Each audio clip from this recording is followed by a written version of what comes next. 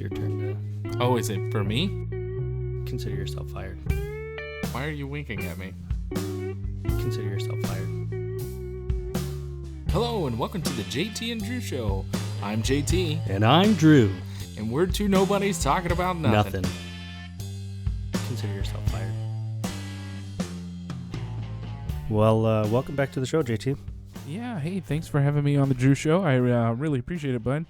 Yeah, man, anytime. You know, you're always welcome. Just don't overstay your welcome.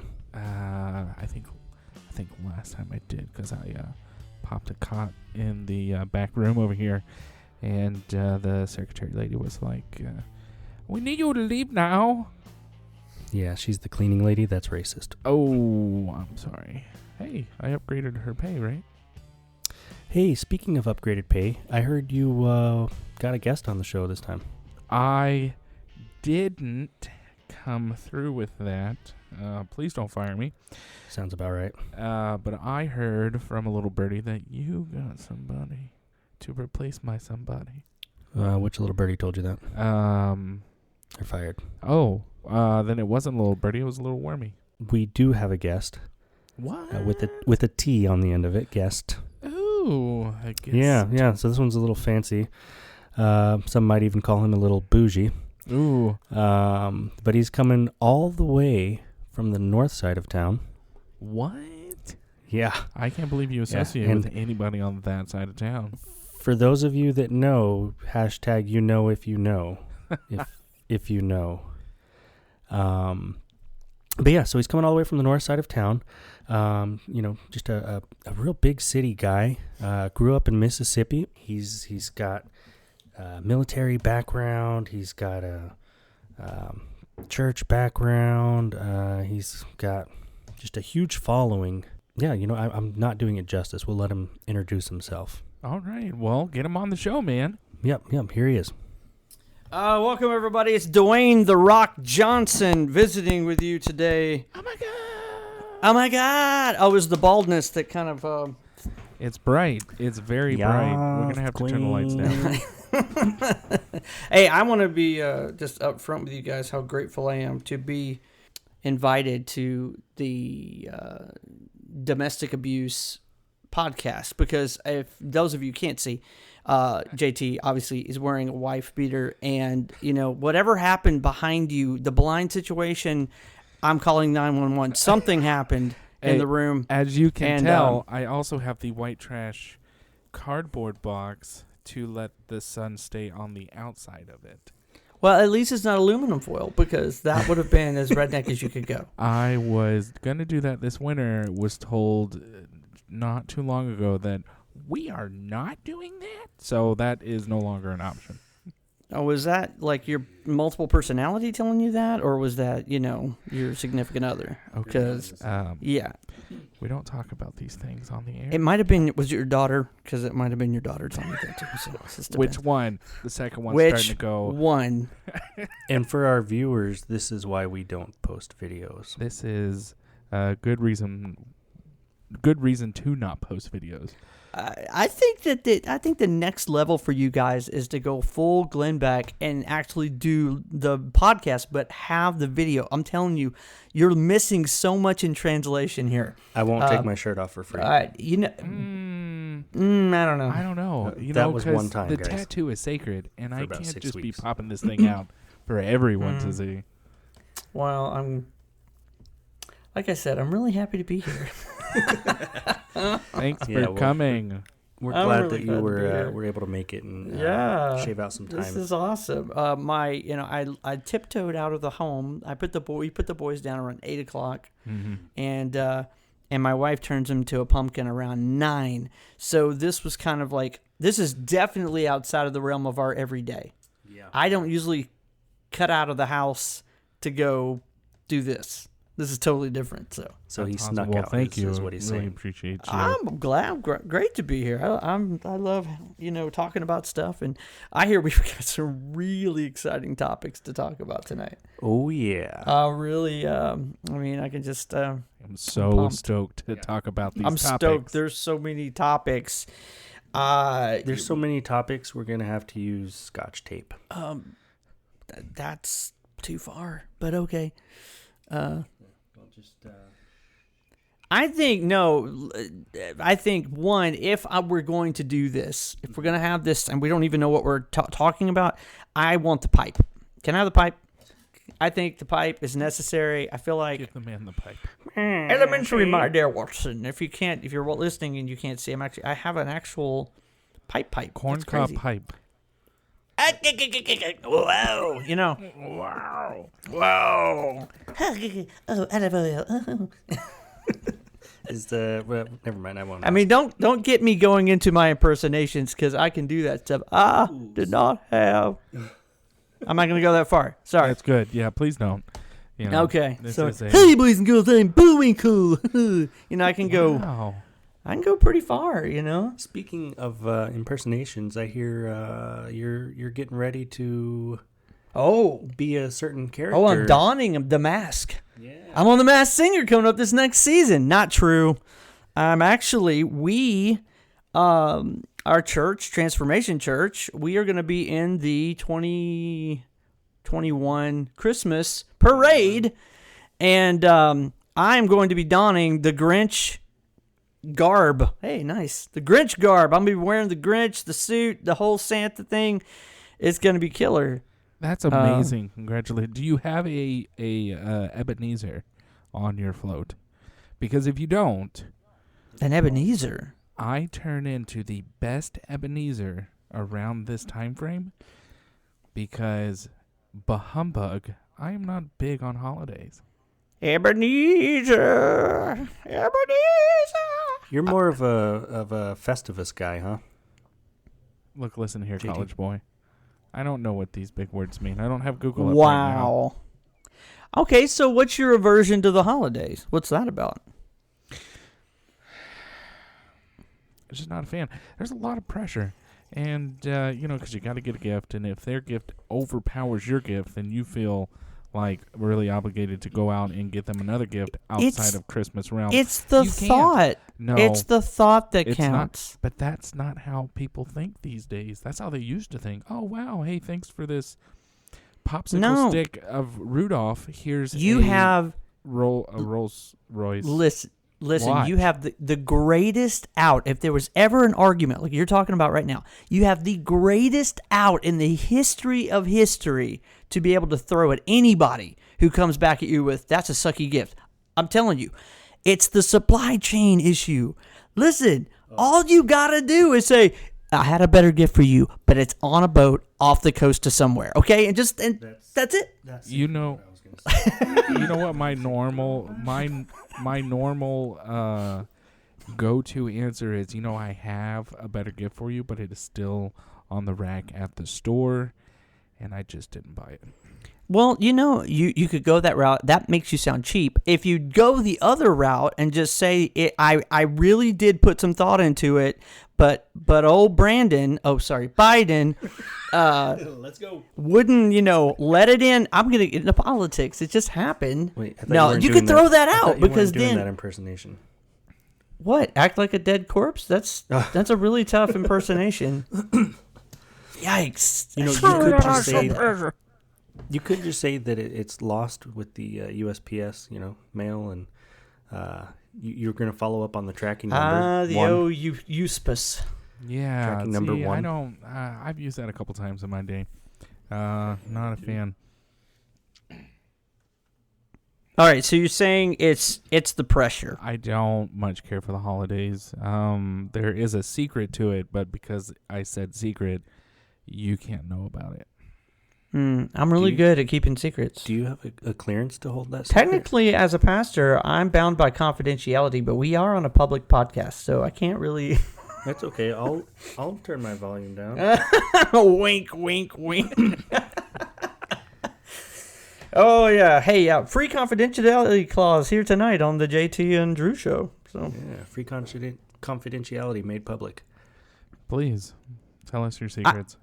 No, seriously, a lot of people like yourself come to this time of the year, and the holidays do more to spook them than Halloween. I mean, seriously, like Christmas, Thanksgiving, there's more of a stigma because you're expected. There's an expectation at holidays. Sure There's is. an Christmas party, the work Christmas party, heck, the church Christmas party. We've been talking about that. What are we going to do? And we came up, JT, if you don't mind me going down this rabbit hole, we came up with this idea, and we're still not sure we're going to do it, but we thought about it, and that's for the Christmas party, instead of doing Dirty Santa, right, which is what you do. Well, White elephant, Dirty Santa, whatever. Gotcha. You steal the gift and all that stuff, and that's a fun game to play. But instead, since we're like, a religious organization, we're trying to better the community, how about instead of spending $5 on something cheap at the Dollar Tree, buy a set of gloves or a hat or a scarf and bring it and put it under the tree so we can give it away for our Christmas outreach this year. It's like, is that not better? That's a lot better. Yeah. Except I have people in my life and they like things too. Well, no, I'm being specific to the Christmas party, but Yeah, no, definitely. you could always hand them a gift and say, "Hey, I bought you a gift, not because I care about you, but because you would have been mad if I'd given this money to the poor. Here's your Christmas gift." Yeah, $5 Cracker Barrel card. You know what? $5 at Cracker Barrel, that'll get you some gravy. grits. Oh yeah, gravy. Grits, gravy. That'll get you the mashed potatoes and gravy. You could tell him, hey, I was gonna get you something, but I had to fill my tank up just to get here. Oh, dude, no. He just released 50 million gallons of the reserve today. I heard he was just complaining about, the reason why our gas is so expensive is because the Middle East isn't producing it quick enough. Get off my lawn! That's basically what's going on here. After it was, hey, let me shut all ours down, and then complain about them not doing it. Wow, talk about a left turn there, Drew. So, Yeah. Yep. But yeah, so the holidays, okay. Some people like it, some people don't. The Festivus not restaurant. What's the word I'm looking for? Reference. Outlanders? Oh. Reference was from Seinfeld. Okay, I'm not as versed on that as... sorry. I'm not as versed in the Seinfeld world. If you took me down to the office, I'd be a little bit more keen on what the references are. Seinfeld is, I get the boom, boom, boom, boom, or no sleep for you, or I was in the pool. I got those. I know those, but if you get me further in, I'm lost. So there's one of the characters, George, who is best character is very much not necessarily against Christmas, but he's not for celebrating. He's very much like a cross between a Grinch and a Scrooge. He's just, it's not for me. That's a terrible cross, but yeah, go ahead. Yep. Glad he didn't dress. Cross dress. No kidding. But anyway, so wonderful. he celebrates and introduces Festivus. It is the holiday for the rest of us. Festivus for the rest of us. Okay. I mean, look. So, like, if you don't do Christmas, Kwanzaa, whatever, fill in the blank, insert, holiday here or tradition or whatever. That's what that idea represented. Okay. Well, and I think that's okay. That's just the thing. And I have a friend who we had this conversation about Christmas in December, which is celebrating the birth of Christ. There's a lot of other stuff going on. The actual other holidays that are going on during that same time, but there's zero proof that that's the time Jesus was born, and he was more born in July or something to that effect. So this is now, at least, is a pure marketing campaign for money. Like it's just the way it is, because you got to have something. You got to spread this out all year long. Right? Because you kick it off with Valentine's Day, St. Patrick's Day, and then you move into July 4th, or Easter. Holy smokes. Easter's, and then, I said the S on it, Easter's, and then July 4th, and then Thanksgiving, then Christmas, and they had to spread this stuff out because people want to make money, and we can't put... Yeah, you can't tap them out too soon. You can't celebrate Jesus' birth in July because it coincides with Independence Day, and we won't get as much money. So that's all this is, And so I don't think that. I think it's capitalism, capitalism, Look like right? You're turning Chinese over there. What's going I on? think that's a layer of it. I don't think it's the only thing. Okay, all right. Well, I'll let you with the layer. Gotcha. I'm It's a layer happy of it. with the layer. It's a way for the Catholic Church to sell a new religion to the people who are already celebrating whatever they were celebrating during this time. So, like for the Norse or Vikings, they were cutting trees down and putting them in their house and celebrating the rebirth of the world. Which we're all glad they did. My wife, very excited about the Christmas tree. That's amazing. Oh, I'm sorry. Go ahead. Just saying. Go ahead. So, and then whatever that council was they had in Rome, where they were like, the holidays will be on this day and that day and this day and that Oh, day. yeah, totally. It's a wonderful discussion to have. And I'm leaving it there. No, you're absolutely right, though. But listen, the reality of all of this, whether I'm celebrating Kwanzaa or Christmas or Independence Day or whatever it means, everything boils down to one thing. It's the motivation of the heart. It's the motivation of the person who is celebrating it. You can people wail. They wail around, Jesus wasn't born in December. And for those people who are celebrating Christmas. And to me, it says, I could care less. It doesn't matter. What matters is my motivation for how I celebrate that particular part of my faith. Okay. So Right. if you're over here and, you do the menorah, you're Jewish, and that's, your motivation is heart, is love and reflection towards God. Family, motivation of the heart, it matters. Okay, that's part of my layer. There's no layer. Say a layer. There's no layer. There was a wise man once said, "It's not what someone does; it's why they do it." No, you're right. Motivation is very important. It is. So let me ask you this. What is your definition of, because Drew and I, we've had this conversation before, between, and help me if I'm getting it wrong, what's the difference between faith and, what was the other one, Drew? You got to help me out, man. Difference between faith and religion. Oh, okay. Faith and religion. No, religion, if you want to use that term, can be construed as a man-created organization that has created a pomp or circumstance or traditional outlook on how they live their faith. Faith is not a super spiritual thing. It doesn't have to be. It's rooted in physics, okay?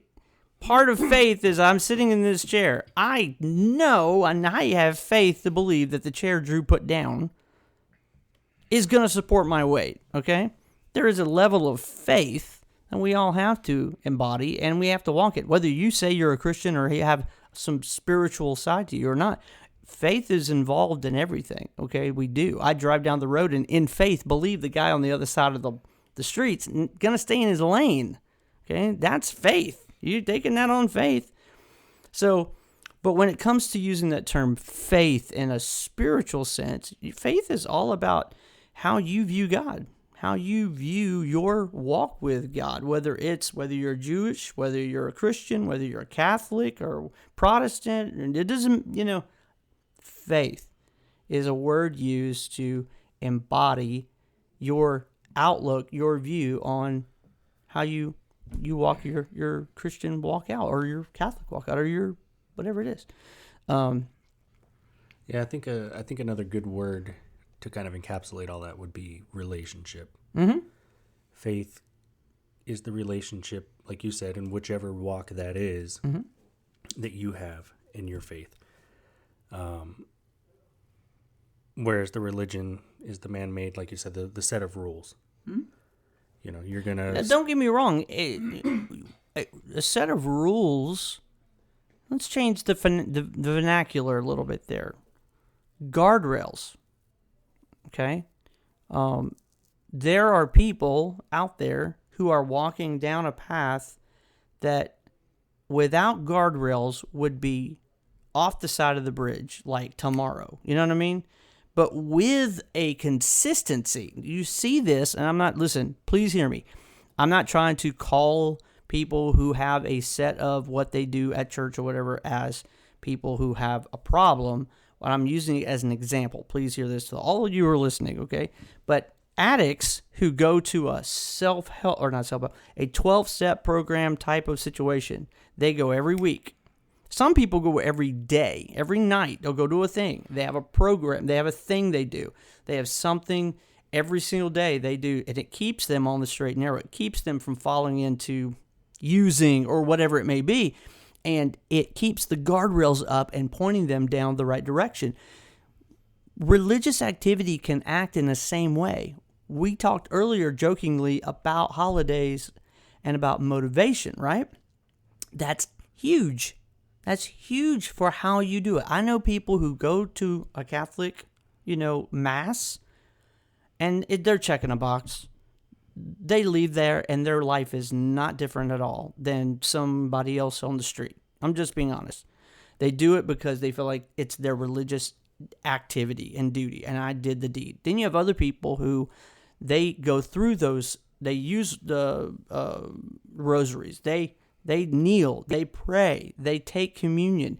It's a part of their faith. It's a part of their guardrail to keep them moving forward towards what they feel God's calling them. And this all goes back to right here. You can't see it because of the microphone. Here, it's this. Yeah.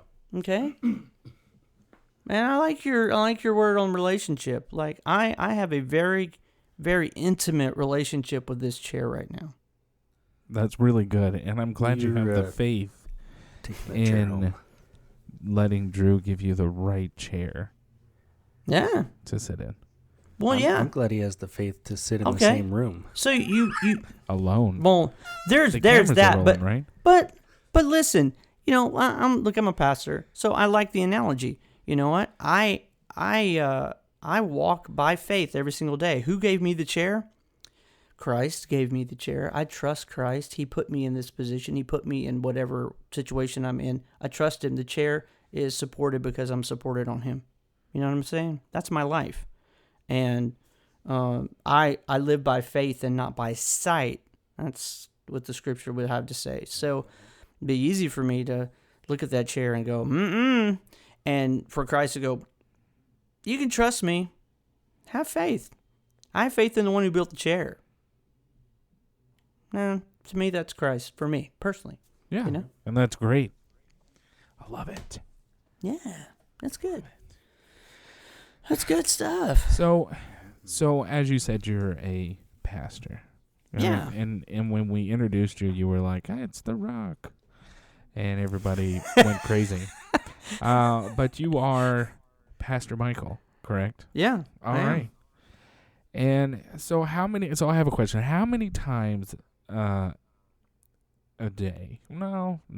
Let's say a month. How many times a month, if somebody comes out and is like, oh my gosh, you are Pastor Michael, how many times does your conversation lead down the religious path instead of the, hey, how's your family doing? How's this? No, because I think that here's the thing you got to understand. When people say pastor to me, 9 times out of 10, the conversation doesn't go down some super spiritual path, because my job isn't just to feed the sheep with God's word. It's to shepherd the sheep. And that involves, how's it going at work? How's your wife? How are the kiddos doing? Sometimes I'm not pulling out Peter, James, and John every single time I talk to somebody and they recognize me as Pastor Michael. It doesn't have to be that way. Well, and I can say from my experience in dealing with you. Dealing with me. Yeah, oh, yes. How do I reword that? You don't. Wow. I'm going to commit to that statement. Wow. And just keep digging. But he's listening, by the way. I can attest to, it's not it's not all show, right? Like, okay, like you were saying earlier, checking the boxes. Okay, let me ask how their day was. How's the job going? How's the family? Cool, I hit all those marks. Next person, hey, how's your family? How's your job? All right, next person. I mean, there'd be random times where it's like, oh, hey, do you guys want to go do this? Sure. Or, hey, I heard you were sick in XYZ. We brought over some soup, or is there something we can do? Whatever. And it's not, well, he's obligated to do it because somebody asked him and he's a pastor. So there's a whole, I'll go back to relationship that takes place, at least with you, in our church, that maybe some people don't experience at other places, but that's how it is here. And I can see that difference. It's more, it's real. It's genuine. It's not a facade or, hey, got a mega sized congregation and, which we don't. You'll see me. It's coming after the worship band plays, and then after the sermon, you don't see me anymore because I I'm hate a hot that. commodity. This is two things I hate: pastors who roll in right at the end of worship and roll out on the last worship song. Yeah, like where did he go?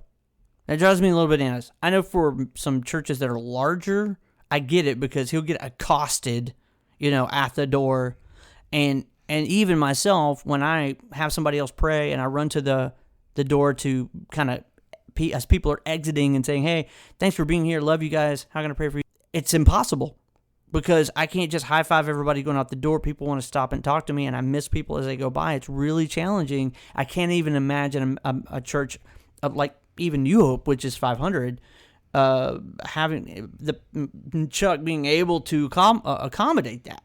You know what I mean? Right. As much as I want to. And he's another one too, and I know he's kind of been a mentor for you. Yeah.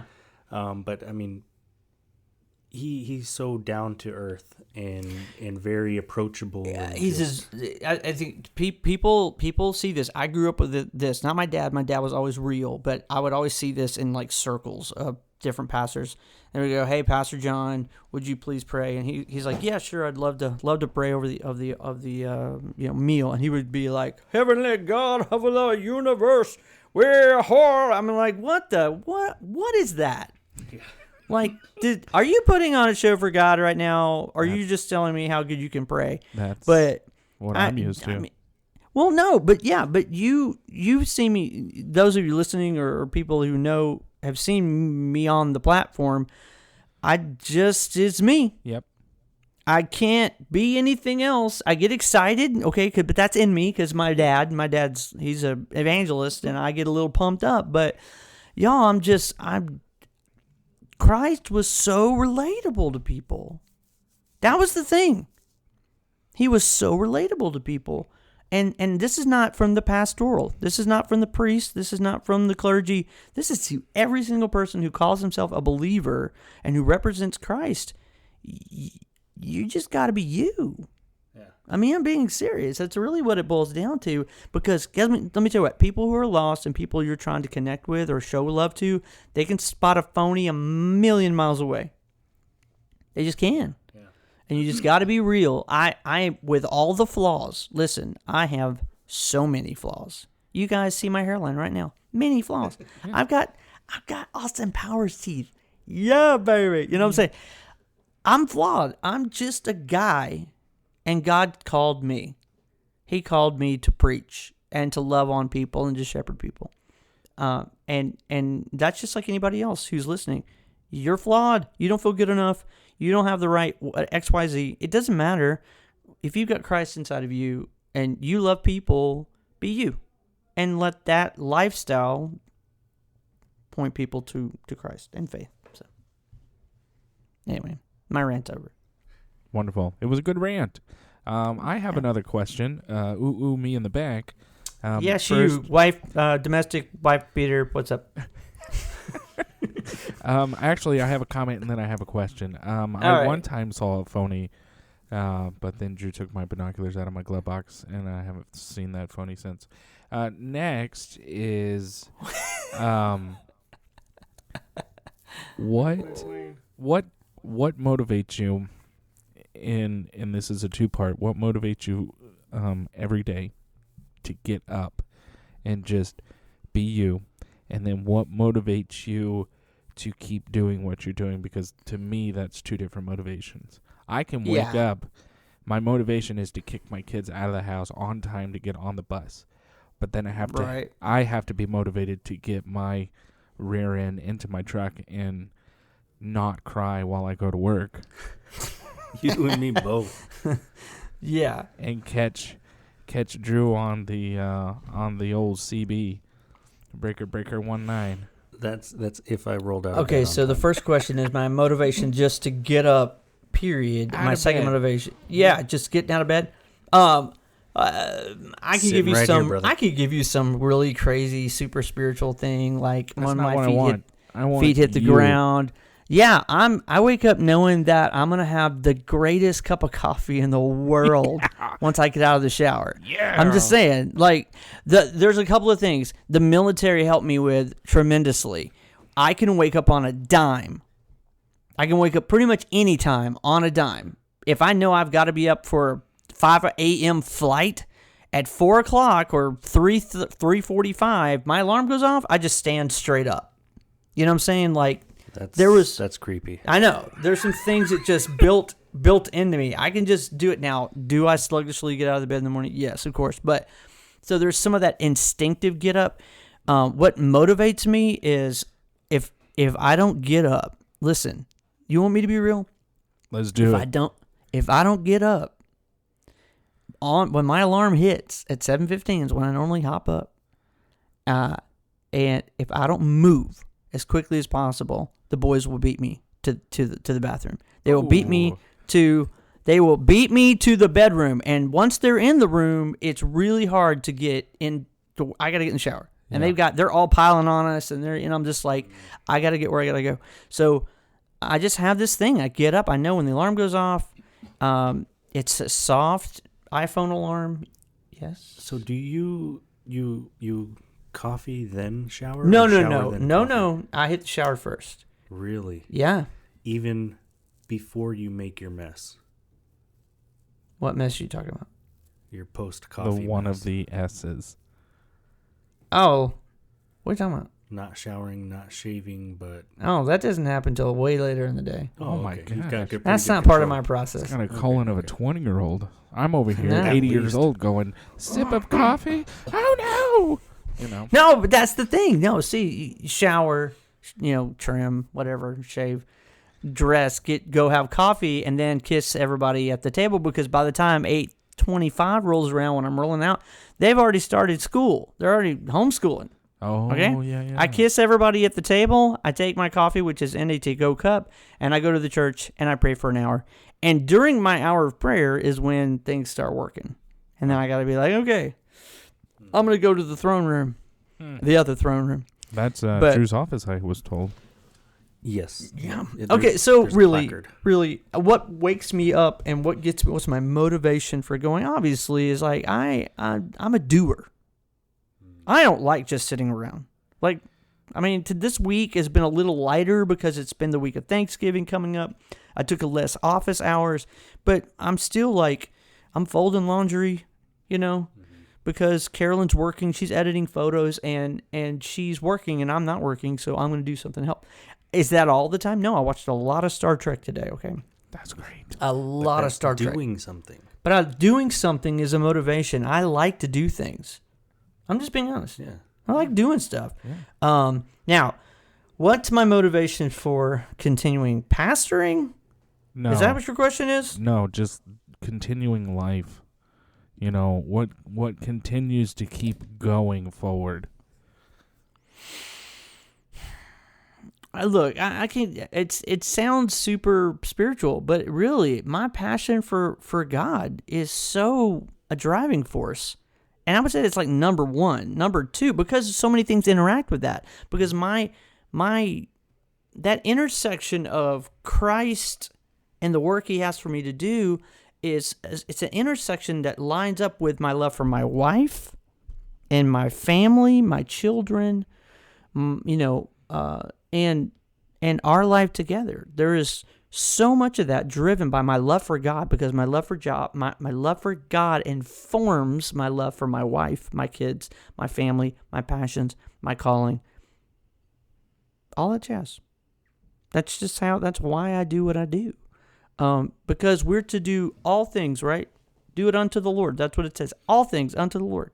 And so if I love my wife the way I should, I'm doing it unto the Lord. If I chastise my children and I do it in love and I don't do it out of anger, I'm doing this because of my love for God. There's a lot of things.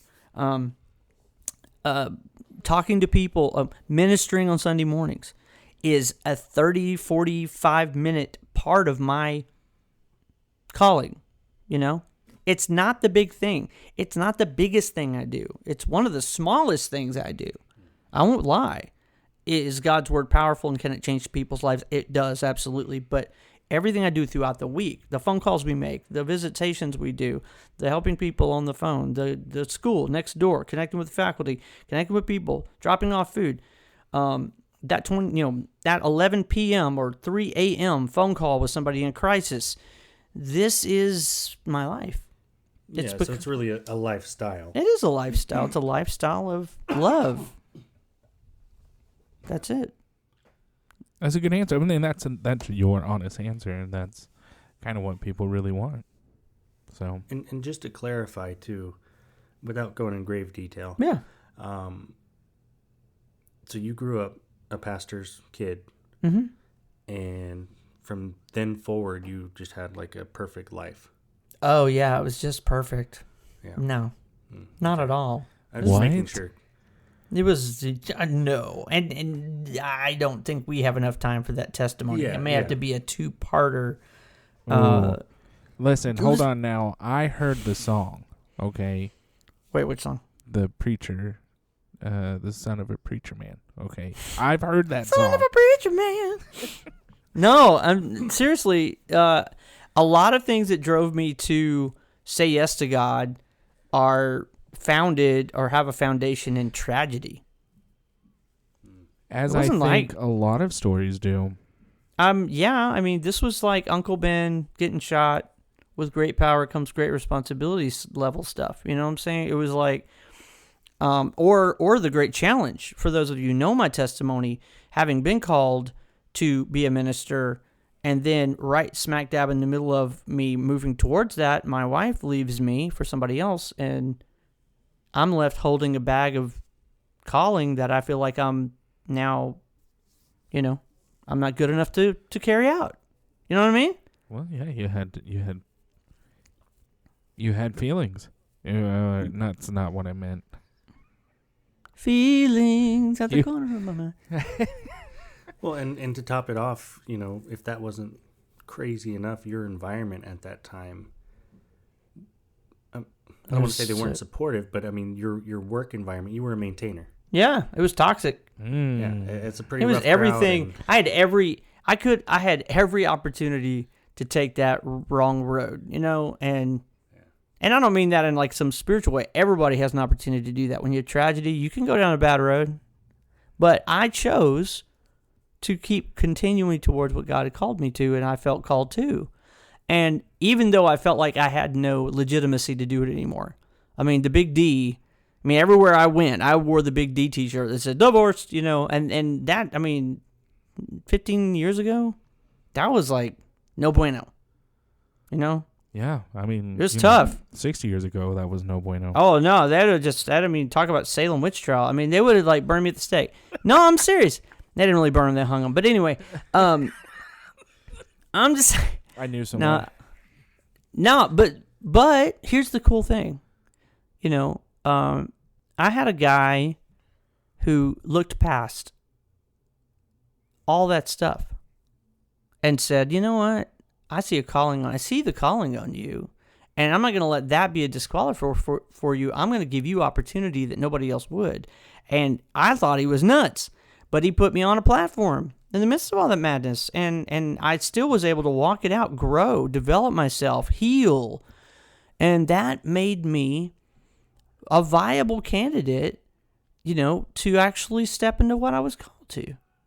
To be a good husband again, to be a better father to my boys than I was to my older kids. You know what I'm saying? There was so much that I learned in that 5 years of wilderness between the end of one marriage and the beginning of another that radically changed how I saw everything. And it was only because I fell into the arms of Christ and I gave up. I said, hey, I cannot do this anymore. Well, and your willingness at that point, at that low point, to be vulnerable and to be open to a change, something Absolutely. that you weren't walking before. Mm-mm. And it really paints the image of like the forge.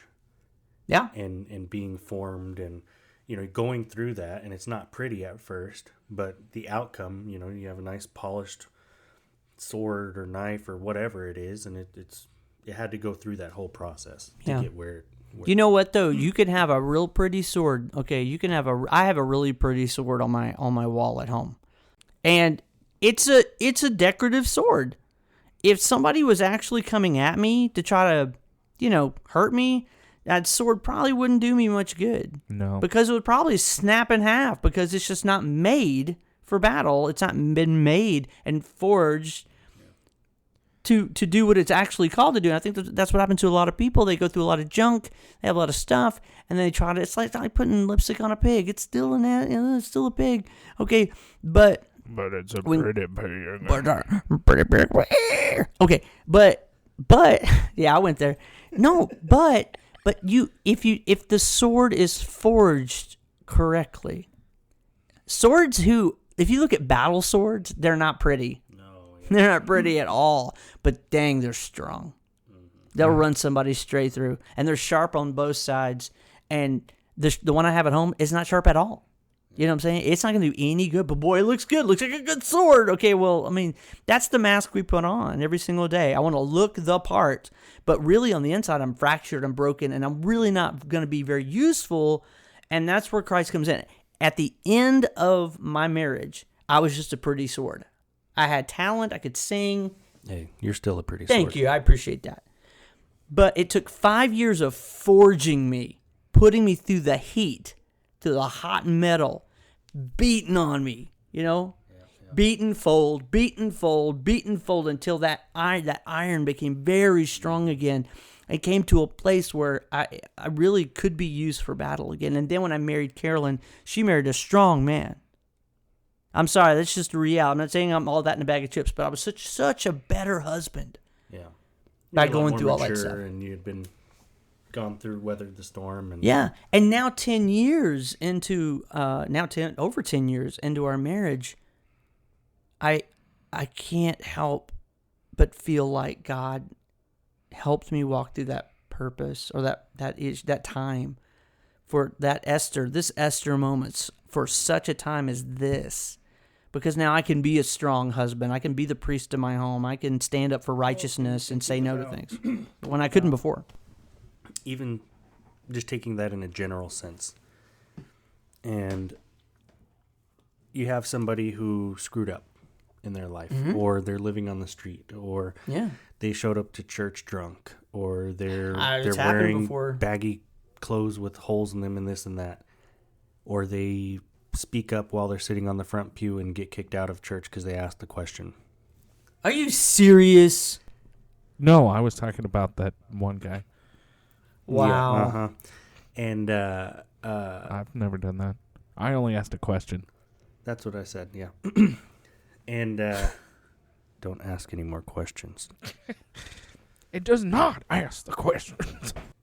My point, circling back, is there are so many people out there that have been hurt, been scarred, what have you, and not given that chance, not given that opportunity. Instead it's just judging the book by its cover. Oh, you came in church drunk. Yeah, you don't belong here. Get out. Go away. You're a menace. Hey, you asked a question. I don't like the question that you asked. Get out. Go away. Oh, yeah, that happened. Yeah. But when you give them that opportunity, you sow into them a little bit. Maybe figure out what's going on here. Why did they show up drunk? Maybe they need a little help. Maybe they don't. I don't know. But you don't know if you just cast them aside. Yeah, and I think that's what I went through, and what Chuck did for me, what the church, I'll say the church who helped kind of take me in, they set such a precedent for me in helping those people that seem unhelpable. Like the people that walk in and they are knowingly not in a good place. And Carolyn and I both made it very clear when we planted this church that everyone is welcome. I don't care if you're red or if you're blue. I could care less if you're gay or if you're straight, if you're bi, if you're trans. I don't care. I don't care if you're rich or if you're poor, if you're black or if I don't care, okay? You're loved when you walked in the door because that's the way Christ approached everyone. That's the way it works. And then what we do is we teach God's word and we let his presence, his word, and his Holy Spirit do the work. It's not a judgment issue. This is not you're going to hell. That's not going to help anybody. Turn and burn, baby. That's not going to help anybody walking in the door. And I don't have much equity. I like to use this word equity. It's a really popular word right now, equity. I'm not using it in that particular sense, but I have not built equity in relationship with anybody like those people who just walk into the church for the first time, to be able to look at them and say, you know what, you're probably going down the wrong road. I haven't built that equity yet. Yeah. It's only through equity that we have an opportunity to speak the truth in love and it be received. That's the difference. Okay? Now, they're going to do what they're going to do, but they will experience God's love when they walk into the room. Mm-hmm. I don't care. Oh, how could you, Pastor? How could you allow that person to come in? You know what? They're not coming in and they're not trying to influence people with their particular culture or their particular ideology. Of course, that's not what we want. But what they will experience is a flat out free love of God every time. And that's the way Christ approached people, period. He talked to women. A lot of people don't understand this. Every time you see Christ talking to a woman in Scripture, it was radically controversial. Oh, yeah.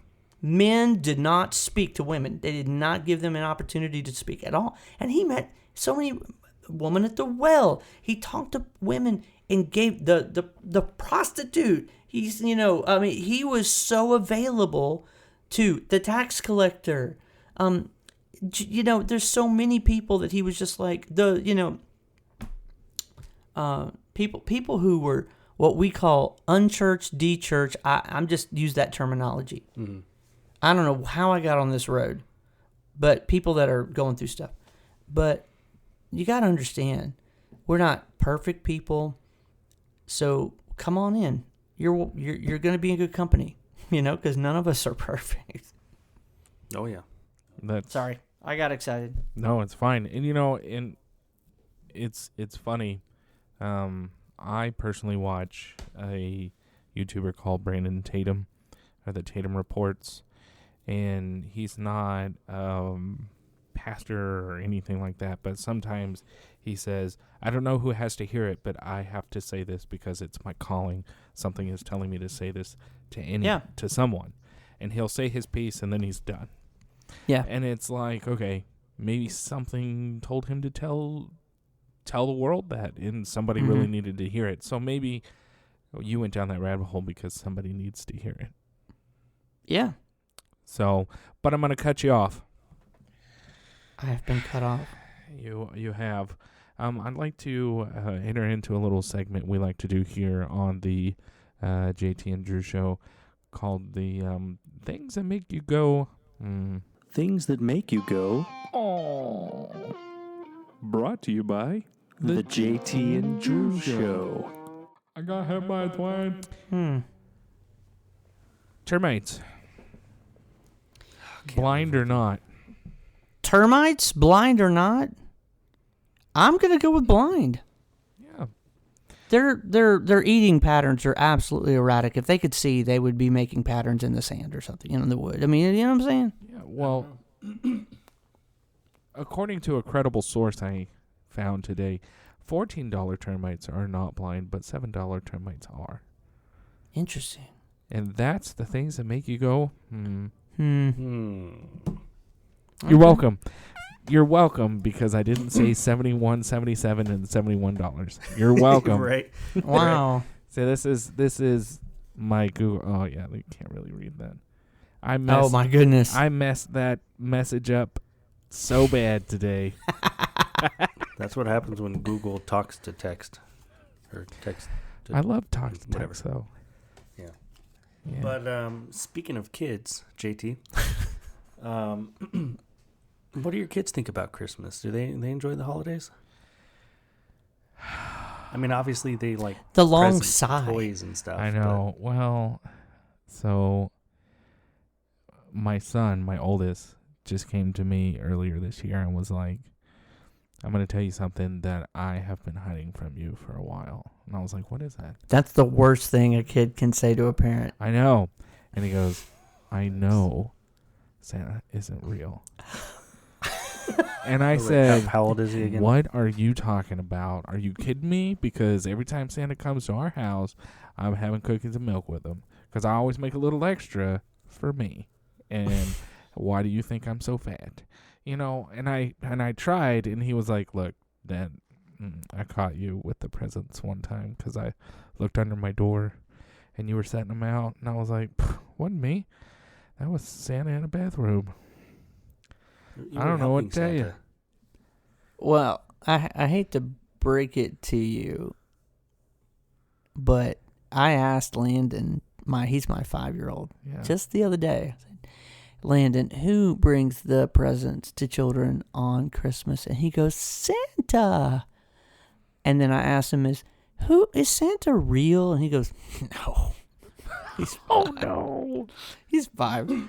Dang it. No. Well, I had a conversation with Landon the other day. Oh, I can't wait. And he was slapping my belly a little bit, and he goes, you got a big belly. Yep, I remember. And then he looked at my belly, and he looked at me, and he goes, Santa has a big belly. And he looked at my belly again, and he looked at me. We made eye contact, and he goes, you're Santa. And at that point, you went, This kid needs to get his belief system straight. Orale! What's up, fool? No, seriously, Carolyn and I, we homeschool our boys. We do history. History is a big part of it. We teach them, St. Nick is a real person. Oh, yeah. Who did deliver toys to children, in, was it Switzerland? I can't remember. There's one of them. One of them up there. And, so, and that's, who they have taken and created this character of who Santa Claus is. But, there's no big secret. We don't put out cookies. We don't do it. And it's not like a we hate Christmas or we hate Santa thing or I'm anti nothing. But it's just it's a lot of work. It is a lot of work. It's like the whole fairy tale. It's not fairy tale. The Tooth Fairy. Oh, y'all don't do the Tooth Fairy? No way. They're Really? like, Dad, can I have $5 for this dude? I'm like, sure, whatever. It's like that's just the way it is. Is that a white thing? Whoa. That is the not. $5? I mean, that I is was not used to because maybe the a Tooth quarter. Fairy, the Tooth Fairy at my house ran out of money. Okay, I'm just saying. Don't go. Hey, listen, don't go Full House on the whole, Tooth Fairy thing where Michelle comes running out going, look, Daddy, the Tooth Fairy came. I got $20. And you should see his face. Like, he's like, oh, honey, that must have been, it was so dark in the room that the Tooth Fairy didn't realize he pulled a 20. He meant to pull a $1 bill out of his. No. It was hilarious. I'll never forget that part of Full House. It was awesome. Man. Ooh, speaking of classics. Classic. There was a man and a woman, and they had gone to bed, and the wife is getting ready. The next day is their Thanksgiving meal, okay? And that evening, as they're getting ready for bed, the husband's real gassy. And, I mean, he's letting them rip one after the next. Is this an autobiography?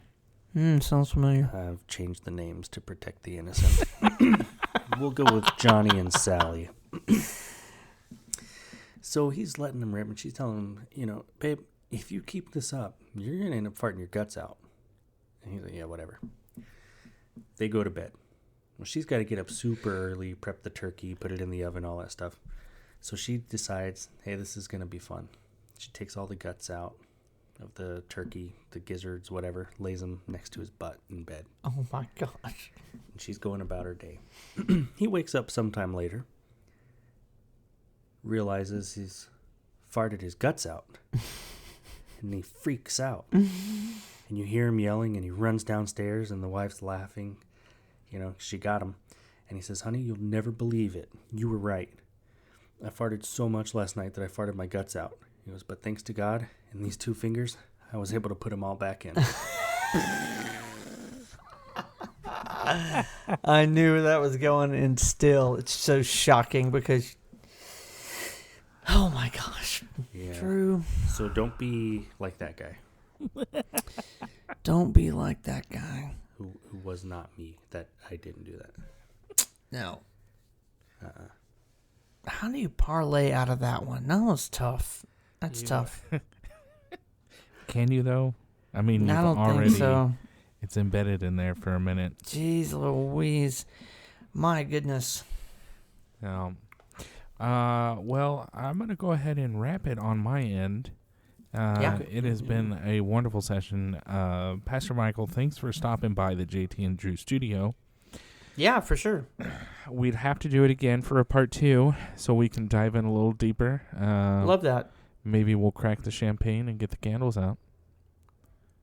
I hate to break it to you, but I don't drink alcohol. Well, hey, they make Welch's champagne. I'll take the grape juice. Yeah. The sparkling. It's sparkling. Y'all, seriously, that'll be a part 2. Communion We'll have to go down that road on part 2 for sure. Oh, well. Sweet. Well, yeah, we've definitely enjoyed having you on, and look forward to next time. I love it. And Yeah. I mean, you need next time we got to figure out how to do a 3 mic duo here and pull in Carolyn, because Carolyn would be a fantastic guest because she's gonna shoot straight. She is the he was, Trump recognized him. Rush Limbaugh. Rush Limbaugh. Yep. Dude, she'll be the Rush Limbaugh, man. Of it all. She will lay it out, man. She's not scared. As always, we'd like to say thank you for stopping by and listening to the podcast. Yeah, we realized that you could have been doing anything way more productive, but you chose to waste your time with us. We look forward to talking about absolutely nothing with you next time. If you have any questions or topics you'd like us to cover, please email us at jtandrewshow@gmail.com or visit our Facebook page at www.facebook.com/JTDrewShow.